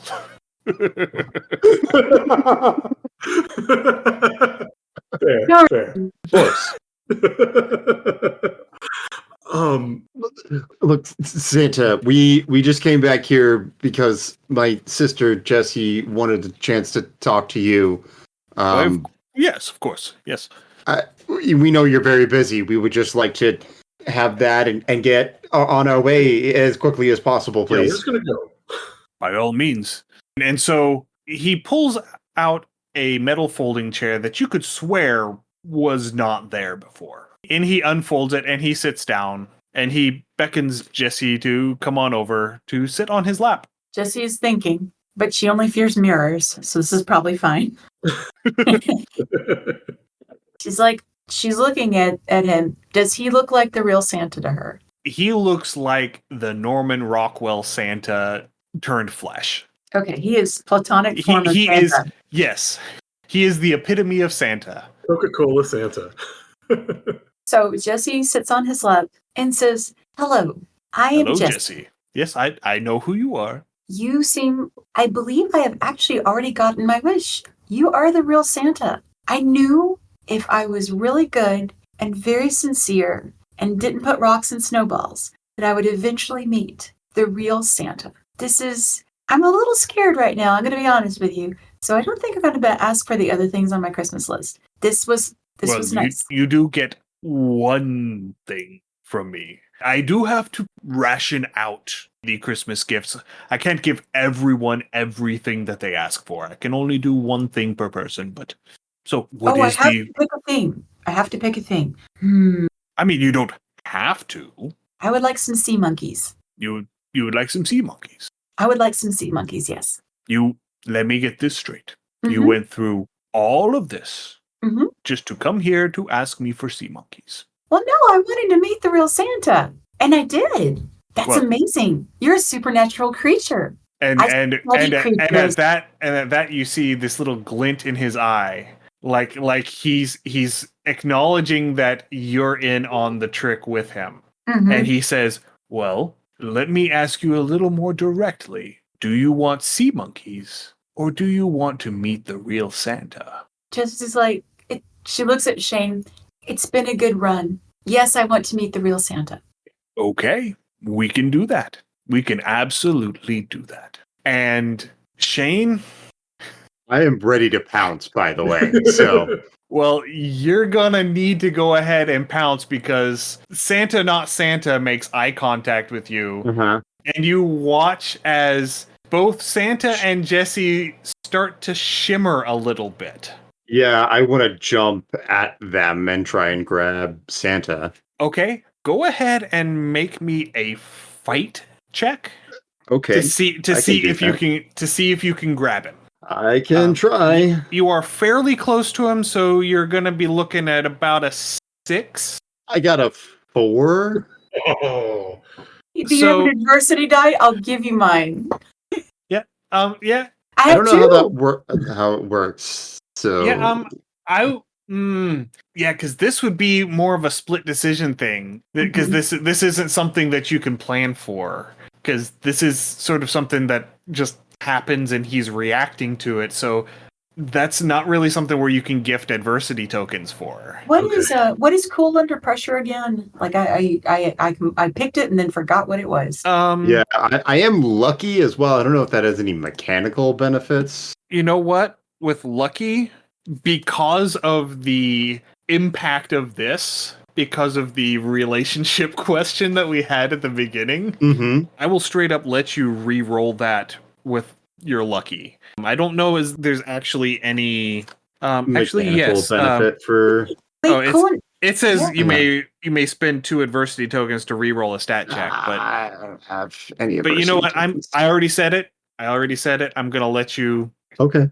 I'm gonna let you go ahead and re-roll that. I do have a question. Cool under pressure may spend 1 adversity token to take half of your die's value instead of rolling on a snap decision. Does Yeah, so with any of the prepared rolls, any of the rolls that you have time, you can take half of the die's value on the check to potentially automatically succeed without rolling. So if he has cool under pressure, because I think he does that do. mean we could do that? Well, what is your die roll for fight? My fight is a D12, so half would do the trick. Exactly. So then you can do that. Okay. well, All right. So yeah, so you see this happening, and the first thing that comes to mind is, oh no, Jesse, and you leap and grab for her, and you grab hold of her hand. Josh, are you doing anything other than just Can I like tackle everybody? Like I want to tackle Josh and yeah, I'm gonna sit grab there. I hold don't of know if Jesse. I want to grab for Jesse or if I want to grab for Shane and try to help him like extra weight, like a tug of war, so we get extra line. But what would my loyal trait do? Because I'm sure, again, these are my friends. These are my few friends I have, so definitely in to make sure they're okay. I don't know if I want to grab again. I could either. Do I want to try to tackle the kidnapping Santa Claus, Santa Napper? I mean, if you want to, that is a difficulty 6 fight roll. I have already established that. Yes, you have. Mm-hmm. Yeah, I would. That would be the thing to do. Would be to attempt to do that, or to also grab for Jesse. Both would be the same. So I'll just go ahead and make the roll. Come on, exploding die. Come on, exploding die. That is not an exploding die. That's a 1. Oh no! So you do get an adversity token. Okay. You're just a little bit slow on the draw. Fair. I mean, I was coming up off the ground because I ran into the door. Yeah, and you get up and you notice Shane jump. Okay. And that's what makes you look back at Santa. And that's when you see Santa and Jesse shimmering. Okay. And you see Shane sort of tackle into Santa and Jesse, and he starts shimmering too. And by the time you can turn to jump as well, Okay.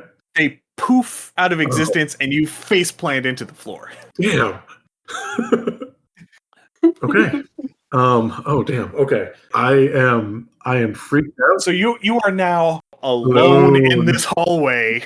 This is not good. I'm looking at just on the other side of a closed door, and the hallway that a Krampus just grabbed a kid from way down ahead of you. Oh, okay. So with this, because they are my friends, because I am both rebellious and loyal, I'm gonna go into the room where the hand where I guess we think Krampus was, and maybe Krampus can tell me where they went, but I'm gonna go in demanding answers. Okay, so you go march down to the hallway. Yep, as only a 13-year-old who thinks they are on peer with any adult could.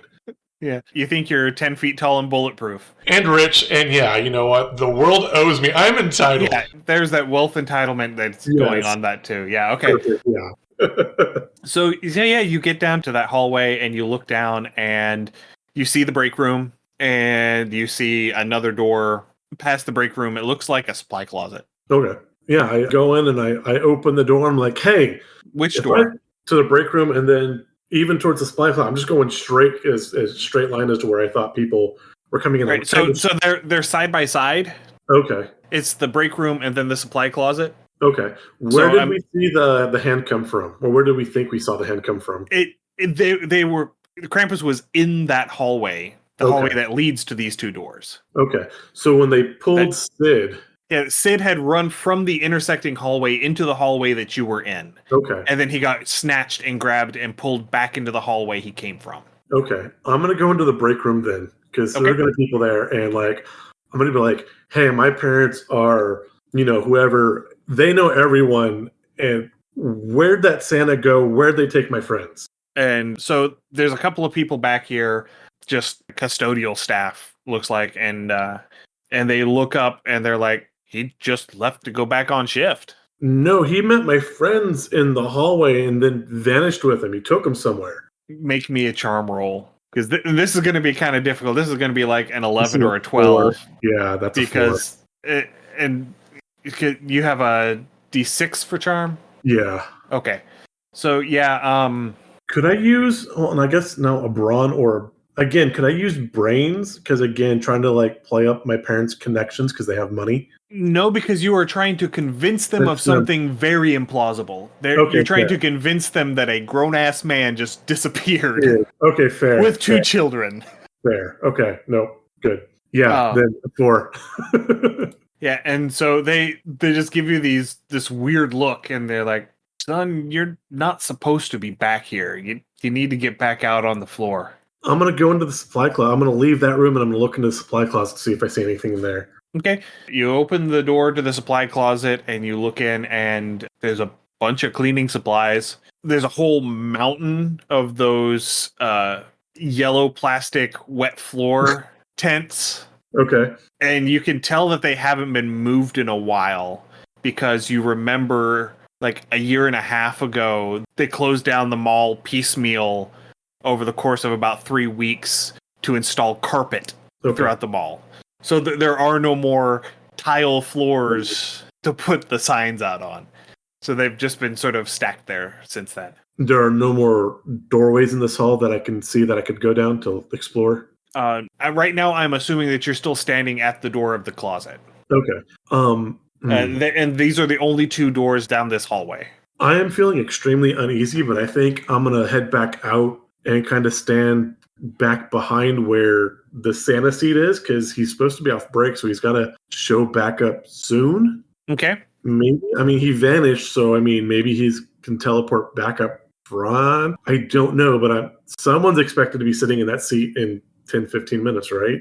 That's the only thing I can think. In about 3 minutes at this point, yeah. Yeah, I am extremely uncomfortable, but that's like the only thing I can think of. So you head back out. The other security guard is now back. Okay. So there are now 2 security guards standing at the door again as you come out, and they just give you a little wave as you walk off. I kind of glare at them because obviously they saw 3 of us go in and 1 of us come out, and they seem completely nonplussed, which makes me angry at them because they obviously don't care, so they've got to be in on this thing. Oberon. Yeah, Oberon. So I'm going to wait. I might come back to them and try to get more answers, but I want to see if anybody pops up in this chair first. All right, so you head back out to the Christmas tree to where the seat is, and when you get up there, you notice that sign that said back at 1 o'clock. Okay. Now says back at 2 o'clock. Oh, hell no. No. Okay, yeah, I'm going back to the security guards. I'm like, the Santa stole my friends. What the hell? So we're going to break from that. Okay. And we're going to figure out what the hell. Okay, fair. So Jesse and Shane. Hi. Yeah. So Jesse, you were sitting on Santa's lap, and Santa just said that he was going to take you to see the real Santa. Okay, cool. And then for no reason that you can figure out, your brother decided to tackle Santa out of his chair. And when he did, somehow you guys landed in the snowbank. You somehow landed in snow. What's this? There's snow everywhere. What's this? Yeah, I'm immediately up on my feet and like spitting snow out of my mouth and wiping my face off and looking around. And I grab Jessie's hand if she's there. yeah, she's there. I am. You're both there. Yeah, he pulls me up. Is not Santa here with us too? Yes, he's already on his feet, and he just gives sort of a stretch. It's like, oh. What the hell? Well, Jesse, you didn't hear me say that. Had you asked, I would have taken you with us. Where are we? The North Pole, of course. Where else would Santa Of course. Jessie pulls out her compass. Is it spinning? be? No, it is not. Also, she just remembered she left it at home anyway. Well, It's not in the backpack. I feel like she would have one, but I forgot to put it in the back. Well, she probably has one of those novelty watches that has the compass in it that don't work very well because they're surrounded by metal and It's true. I think that's north. I don't know. It seems to drift. No, it is decidedly not drifting. Oh. It is stuck. The needle is stuck in one direction. And if you look really closely at it, you can see that the needle is tipped and that the needle that is pointing north is actually bottomed out on the bottom of the compass, and it's hung up. That's why it's not spinning. Oh. Yep. It's all right. The old man owes me a favor anyway. Come on. Who? Santa. No, I thought we were on the same page here. Who am I? I just teleported you a quarter of the way around the world, and you're wanting to know my name. Well, how did you do this? Magic. I throw my hands up in the air like, of course. And he says, well, let me... and he just sort of... He's at a loss for words, and you can tell that this sort of interaction doesn't happen very often. Hey, hang on. I think I know how this... How would you like us to call you? Thank you. You may call me Oberon. Does that name mean anything to me? Yeah, that's actually a good question, does it? You can... Because right now Jesse's like on the security guards. You have your own security force? Well, yes. All of us do, you know. It's all right. Yeah, go ahead and make brains. Make me a brains check. 16. 16. Ooh, snap. I got a 3. Shane doesn't know anything about Oberon. Yeah. So since we're going with the high, we're going with we're going with the high roll here. Just to see, you know, if you know anything. Yeah, Jesse, you remember reading a book of fairy tales. Mm-hmm. And you remember the name Oberon from a couple of the stories in the fairy tales. Oberon is a king in the fairy courts. Specifically, he is the consort to Queen Titania. So he's kind of a big deal. He doesn't do a lot specifically in the stories. Mm-hmm. Most of the stories, he is sort of set dressing while Titania is doing something important, but he is still an important figure in the fairy court. He's fairy arm candy. I like that, actually. He's fairy arm candy. But he's the most important fairy arm candy. He's the fairy king, but that doesn't really mean anything. Right. Yeah, he's like a bee drone. Yeah. I don't know. Yeah. What is a king in a matriarchal society? That's right. Exactly. But yeah, so that is the connection that you get. So, yeah. So I look at, tell Shane. He's a fairy king. I mean, he's like a king of elves, kind of. Like, he's in one of my stories. We prefer the term she, but yes, that is accurate. She. Oh, I use he, him pronouns for... Oh, sorry, that's not what... I know! That wasn't a thing in the 90s. Come on. I know. It's a joke. It's a joke. I know, it's so hard not to, though. It's great. It's great. It's fine. Yes. Yeah. Oh my gosh, where's Josh? Oh, wait, you're Josh. No, you're Shane. I'm Josh. I'm Shane. What's happened? I am forever confused now because early on when the narration happened, and I'm like, wait, who am I? Where's my lunch? Like, oh, well, I fell on the ground and hit my head on a rock that was in a snowball. Anyway. I'm Spartacus. Where is Josh? Where's our friend Josh? Well, once the teleportation starts, you sort of have to have physical contact to maintain it. And he wasn't making physical contact, so he sort of got left behind. Don't worry, we'll get back to him. Okay. All right. But I get to meet Santa? Santa's That, in the... that was your wish. It Your is wish was to meet the real Santa. Okay. And so let's go and meet the real Santa. And so he starts trudging through the snow. Trudging through the snow. Yeah, and he gets about 3 or 4 steps in, and he's like, I can't see how he does this. And he shimmers, and he changes form. And so he is now no longer this big, jolly, rotund individual in a bright red Santa outfit. He is now a very live, muscular man wearing some very finely fitted outfit. Looks like it's made out of leaves, from as far as you can tell. And he takes another step, and he steps on top of the snow. And he starts walking across the top of the snow. He's like, that's so much better. He's like, come along. Not far. All the jokes I make are not jokes that Jesse would make, so I am not going to just say That's fine. We also get to walk on top of the snow? yes. Is that your wish? No. So, I'll be like shoveling with my skateboard, shoveling snow out of the way so we can walk. it's not that deep. Okay. Okay. It's you're looking at about 6 inches of snow, and it's not terribly wet. It's just more that he was inconvenienced by it, and he is an individual of power who can do something about it. Mm-hmm. So yeah, Okay. and so a couple of minutes pass, and you come up over this little hill, and there's a little cottage down there. And the snow has stopped falling in the immediate vicinity, and it's all just sort of blown out of the way. It's almost like the snow only fell on the parts that were not walking paths. I thought it was... Yeah. And the walking paths just have enough of a dusting on them to make them white. It was for show. Only aesthetically appealing snow. Absolutely. Absolutely. And he leads you up to the door, and he knocks on the door. And he says, Nick, come on out. I know you're in there. Nick, don't make me do this. Come on, not in front of the mortals. And you can see that he is trying to get someone to open the door. But clearly whoever's on the other side of that door is expecting something. And... Is there a song you have to sing? No. And he just sort of gives this huff, and he's like, I want to believe. I want to believe. I want to believe. Ooh, I do believe in Santa. I believe in Santa. I do believe in Santa.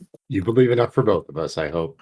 And when Jesse says this, because clearly whatever Oberon was doing was not going to actually open the door just flies open. And this doddering old grandmotherly woman comes out and says, oh dear, come on in. Before you catch your death cold. Come on. And just sort of shuffles you in and almost closes the door in Shane's face. Doesn't even notice that Shane is there until Shane starts following you through. It's like, oh, I'm so sorry, dearie. Come on in. Yeah, she's not going anywhere without me. Oh, that's yes, understandable. But I couldn't. You've already taken my hand back after I started clapping. Yeah, definitely. I couldn't very well leave you out in the cold anyway. Come on. And you come in, and this is full on TARDIS mode. You know, it's just this little cottage It's bigger on the outside, but it is definitely bigger on the inside. And there's this big roaring fireplace, and everything's yes. That will be great for the podcast listeners. Yep. We will not explain it at all. Yeah. Use your imaginations. Something was indicated. Use context clues. I know. I am trying to my character's looking around. Jesse's looking around in amazement. This is amazing. Mm-hmm. And everything is like gingerbread house and peppermint stripe decor. And Oberon stands at the door and asks, Natalie, am I allowed to come in? He's like, I think you've had enough for today. And the door closes in his face. And she turns around and she gets down on Jesse's level. He says, Look up at her. But right. eye to eye. Yeah. Eye to eye. And Eye to eye. And she says, My eyes widen. don't try that trick. You can't close the door in his face. I can because this is mine. This is my place. If I were outside of my place, I would be exceedingly polite. But this is my place. and he tends to bring trouble. So we just gonna leave him outside for now. Let him think about what he's done. Question. Yes? Is he's not going to come back and visit us later once we get home, right? Who? Whoever, I don't want to say his name out loud, but Well, I mean, if he gave it to you, that's, I mean, okay. because he's not the sort of person who's going to give you his true name. Okay. Yes, but okay. So Big O out there. Is he going to try to visit us later? Not if you don't ask him for anything else. Okay, I don't think I will. This was and are you Santa? No, Santa's my husband, dearie. Well, I mean, we've never met. It's So the I- 20th century. Yeah, Women could be exactly. Santa. That's right. Yes, well, I am not. Very well. Well, it's very nice to I'll meet lean you. over to Jesse and say, I think this is Mrs. Claus. Oh, Yes, that would be. I am so sorry, my manners. The oaf at the door sometimes brings out the worst in me. I do apologize. Here, let me make you some cocoa while you wait. And thank you, Mrs. Claus. and she gets up and she, starts making a small pot of hot cocoa. And Eat. Thumbs up. and you hear her say, "Nick, darling, they're waiting." And you just hear some grunts of exertion. He's like, "I'll be there in a minute." And by the time you two have your 2 cups of cocoa out in front of you, he comes out and he is fighting to buckle his belt because he is putting on the Christmas Santa Santa outfit. weight. Mm-hmm. The Christmas Santa weight. You have to And so train Gotcha. that. he's having trouble getting the belt to clasp. He's like, "I think we may have overdone it just a little bit this year." So Jesse's studying him in comparison to Mr. Flannery. He looks much more like what Oberon looked like than Okay. what Mr. Flannery looked like, but you can definitely see the resemblance. Okay. And finally, she just give it here. And she just goes over and just ripcord wrenches the belt to get it to the holes to buckle it. And there's this that sort of involuntarily escapes him as she does it. It's like, "Oh, thank you, dear." It's like, these must be Jesse and Shane, our esteemed guests. Welcome to my home. I understand that your wish was to meet me. Yes? Hello. Okay. My name is Jesse. Yes, and he shakes the proffered hand and yes, I am aware, but introductions are important. Yes. Sorry, I'm usually much better at you caught me at an off time. I'm sorry. It takes me a minute to get ready to interact with children sometimes. It's a thing. I understand. I'm an introvert as well.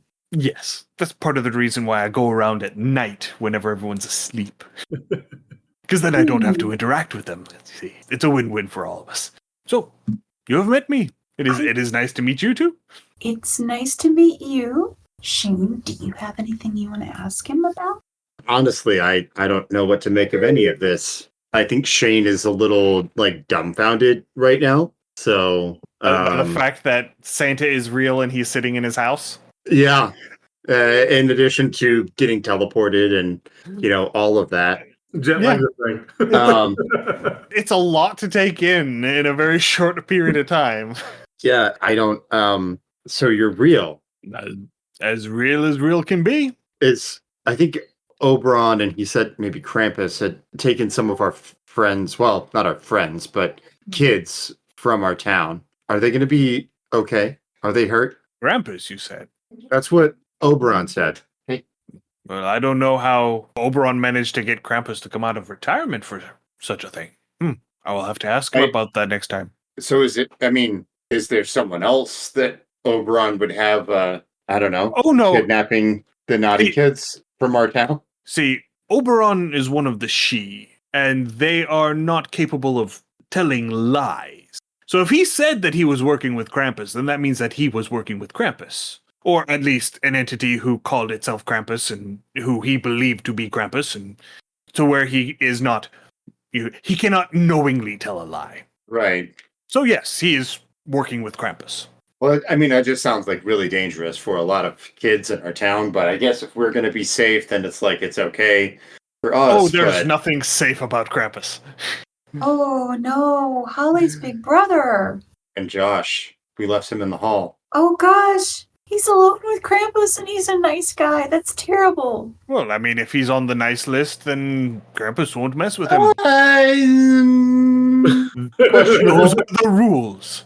Those are the rules. They are. I They just mean it's are. questionable if he is on the nice list or not. Same for me too, I Oh. guess. But There. No, should be on the nice list. He defended me from some mean kids. what? Nothing. I wasn't. But that We'll talk didn't about that happen. later. But that didn't happen this year. It is a year-by-year basis. We do judge on a year-by-year account. I thought So- that was pretty important, and that argues for his internal consistent niceness. And I will take all of these into account. Could I please request, since after all, Holly got her brother on the naughty list, could I please request that Josh be put on the nice list? Well, the thing is, the naughty list and the nice list exist. I do not put people on the naughty list. I do not put people on the nice list. They go on to the list they're supposed to go on. You can't advocate for a friend? Oh, you absolutely can. And sometimes, if you advocate strongly enough, the powers that be will move a candidate from one to another if they're an edge case. But the thing is, he might already be on the list, and then who's to say that the advocacy actually did anything? Other than make you feel good about yourself, I suppose. Well, it has been lovely meeting you, and I was wondering, can you get us back to our friends so that we can help him in case he isn't on the nice list? I believe I can do that, yes. Okay. Yes. Thank you. I was mean, it lovely is meeting you. it is only proper manners to return you back. It is a very long walk from the North Pole to Mhm. to Dawnsworth, Colorado. She looks at her watch with a compass on it. You're telling me. Yes, we would like to help our friend Josh not get hurt. So Very well. this fulfills a lifelong dream. I want you to know, in all my 8 years, I never imagined something so amazing happening as getting to meet the real Santa Claus. Well, I am Merry glad. Christmas. Yes. Merry Christmas indeed. Shane, before we go, was there something that you wanted to ask for? Well, if I can, Well, everyone gets a Christmas wish. I want a drum kit. A really good drum kit. We can make that happen. You'll have to wait for Christmas, though. I think I can do that. Yes. I'll I want be- some sea monkeys. I still want sea monkeys. Well, Yeah, you got a wish from Oberon, but you didn't get one from Santa yet. So That's true. that is true. That is a very good technicality to make. We can we can make that happen, I believe. Okay, lovely. Thank you. Now, Oh. I also have to thank you for bringing this to my attention. I was not aware that Oberon was running around impersonating me until just now. Oh yeah, he was pretending to be Santa Claus in our town, and apparently kidnapping the kids on the naughty list. We're bringing Krampus with him so he could do it. Well, yeah, I guess that's what she said. Okay. Yes. Well, let's just say that Oberon and I will have to have a long conversation about what is and is not appropriate. But you needed to get back home, and so let's get you back. And he holds out his hands. Oh, come on. Yeah, I'll take Jesse's hand in one hand, and then I'll reach out and grab Santa's Yeah. hand with the other. Good. And he takes both of your hands. And Josh, you are standing there looking at the seat. Okay. At this point, it's about 5 minutes after 1. Okay. And you've just seen the sign that says back at 2:00. Okay. And you are getting ready to turn around and go marching back to the hallway. Right. You've turned and you start walking that way, and you hear a collective gasp of hundreds of people who are standing in line. And I stop and I turn around to see. And you see Santa standing in front of the chair with Shane and Jesse. And I look and I'm like, where'd you take them? It's a long story. Different Santa, it's okay. It's fine. It's a long story, and one that they can explain to you in due time. But for now, I do believe I have a line of people waiting to see me. Ah. At this point, I'm just kind of like mouth open, gaping. My brain cannot process. I'm just like, I've seen a person vanish and reappear magically in front of me. People were, my brain is just like blast. Yeah, yeah. So I'm just like doing the open fish mouth thing. Like, I'm kind of pointing and looking, and yeah, I am dumbfounded. Josh, do you want to wait in line? I mean, we already got our wishes, but you can still make a wish if you want. We'll No, tell you the story while we wait. How about that? I think leaving is a good idea right now. I've had enough Santa. Yeah, again, you guys have vanished on me, reappeared on me. Still have no idea what the hell happened to Sid. I am ready to be gone. This is not a good mall moment for me. I'm going to have some long, intense therapy bills after this. Aren't we all, friend? Yes. Oh, no, I think Jesse's perfectly happy. Fair. Oh, yeah, Yeah. for sure. She might have a nightmare or two about a hand reaching out and grabbing from That's fair. around the corner, but other than that, yeah, I would say that this day has been mostly a win for Jesse. Oh, yeah. Maybe the hand comes out of the mirror, even. Oh my. Oh, There yeah, you go. absolutely, yeah. Oh, my God. Yeah, that would be the thing. I could see her being terrified that, like, also Oberon appears in the mirror or something like that. You know, so that was super fun. And so yeah, so Santa sits down in the chair and starts beckoning people up, and you notice that the elves that are working there, they're onto this, that something is different, but none of them are doing anything about it. They're just continuing going through the motions of their job. Again, I was like meh about Santa before. I am like firmly headed towards, Ebenezer Scrooge Lane now, bah humbug, everything. This is going to be life altering for Josh. Josh is going to be like the most anti-Christmas person now. Oh, no. And so the three of you turn and leave the mall, and you head off about your day. And that's where we're gonna wrap up. Awesome. Yeah. Happy It- winter holiday. Yeah. And it took a few turns that I wasn't expecting. I think if I played more sessions of this game, I would get a better feel of when to roll dice, because it felt like we didn't do a whole lot of rolling. Yeah, I enjoyed the roleplay though, so it was Yeah. fun. Yeah, it was fun. It was a great story. You guys did great. And again, that is something we did discuss when we covered the rules, is that Kids on Bike is a lot more narrative driven, which is a different type of game, but it was a great game. And like I said, the role play was absolutely fantastic. You guys did great. Oh, it was really fun. I thought y'all were all amazing role players as well. It was really cool. It was sweet too. I liked it. It was a sweet game. I liked it, but quirky, funny. Yeah. Yeah, for sure. Definitely had that like family movie vibe to Yes, it. So it did. It Yeah, absolutely. we didn't get to the part where it's revealed that Holly accidentally summoned Oberon and thought he was Santa Claus. Wow. Well, I mean, like with a name like Holly at Christmas time, I figured we had to be, there had to be more to that. Yeah. All right. So thank you again, Mary and Mike, for joining us for Yes, our thank you. holiday game. Let's go ahead and take a minute here at the end. Let you two give your blurbs on where people can find you and the different things that you do on the internet. Okay, Mike, do you have yours ready? Because I do not, but I can have it written. I'm gonna wing it. So sure. So I'm Mike Daniel. I also go by Mike D20 online places, but you can find me pretty much anywhere online on the social media platforms that matter, like Threads and Instagram and Blue Sky, under 19 Hits the Dragon. We do tabletop RPG kind of variety offerings, so to speak. So we do, my spouse makes handcrafted crochet goods, usually dragon scale. We've got some dice bags on our shop right now, some hand warmers, things like that. And they're really nice dice bags. I got one for my wife for her birthday. They're wonderful. I saw Yeah, so her you can check knitting those out one, on our. and it looked cool. It looked really cool when she was knitting it.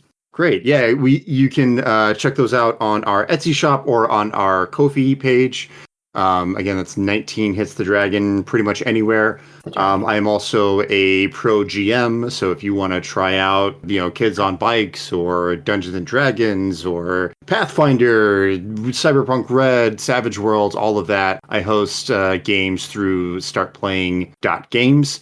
And we'll put links in the description, I'm sure, for where you can get that directly, because the reading out the URL is a little complicated. But yeah, like I said, pretty much anywhere 19 Hits the Dragon or on startplaying.games, you can find me as Mike D20.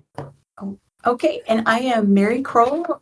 You can find me on Patreon at Dr. Mary C. Crowell, and also on Blue Sky, same deal, Dr. Mary C. Crowell. I write a lot of different kinds of songs, but I have 2 gaming albums in particular, Acolytes of the Machine and Other Gaming Stories, and also I Have Missed You at My Table, which is kind of my post-pandemic gaming album as well. I was going to say I Game, that's actually how my husband and I met, and so mainly we played Dungeons and Dragons, but I love all kinds of role-playing games, and I have gone blank, so that is going to be me for now. Yeah, and in case you haven't noticed, we use one of Mary's songs as the intro music for our show. Massacre Anne, Yeah, Massacre Anne. And I like to say that she is the original fan of the show, because when we asked her if we could use it for our intro, we sent her the pilot, and she's like, "Yeah, this is great. Go ahead." And so amazingly grateful. Yeah, Thank you. Yeah, and so we've been exceptionally grateful for. See here. 4 years and 150 some odd episodes. Yes. 160 if we include the unnumbered ones in our catalog. So it's been a ride, and I look forward to seeing what happens in 2025. And also, if you need to find any of her links, they are in literally every single episode that we've released. So I have a Bandcamp page too, and that's probably the best way to get my music if you just want to just grab some music. So yep. Absolutely. Right. Thank you again for coming and playing with us. Thank you, everyone, for listening. If you have any comments, suggestions, or ideas, send us an email undercommontaste@gmail.com, or come join our Discord. You can find a link to our Discord and all of our other social media through our website, undercommontaste.com. This is going to be our last episode of the year, because we're coming up on the holidays and ain't nobody got time for that. So we will be seeing everyone again in January with new episodes. Excellent. Again, if this is your first time listening, we're very glad you found us. You can find our other podcasts on your podcatcher of choice. Just look up Under Common Taste. Also, you can join me on Mondays and Thursdays on Twitch. On Mondays, I am currently continuing my holiday transition of Adventures Through Darkest Dungeon, as we're playing through that. And Thursday, I am playing the classic RPG Neverwinter Nights. If you can't meet me on Monday or Thursday, you can catch my videos for the week on Twitch. It's twitch.tv/undercommontaste. But again, join us there. We'd love to have you, and join us as we go through some video games where we can discuss RPG content as well. Stay safe, everyone. We will see you all again in the new year. Happy holidays, whatever you celebrate, and see you then. Happy gaming. Thanks for joining us for another episode of Under Common Taste. Our theme song is Massacre Anne, written and performed by Mary Crowell and used with permission. You can find Mary online at marycrowell.bandcamp.com or on Patreon at patreon.com/Dr. Mary C. Crowell. Our logo is by David Sutherland. You can find more of David's work on deviantart.com/David Sutherland or on instagram.com/Willex_73. We'll be back in 2 weeks, so stay safe, and we'll see you then.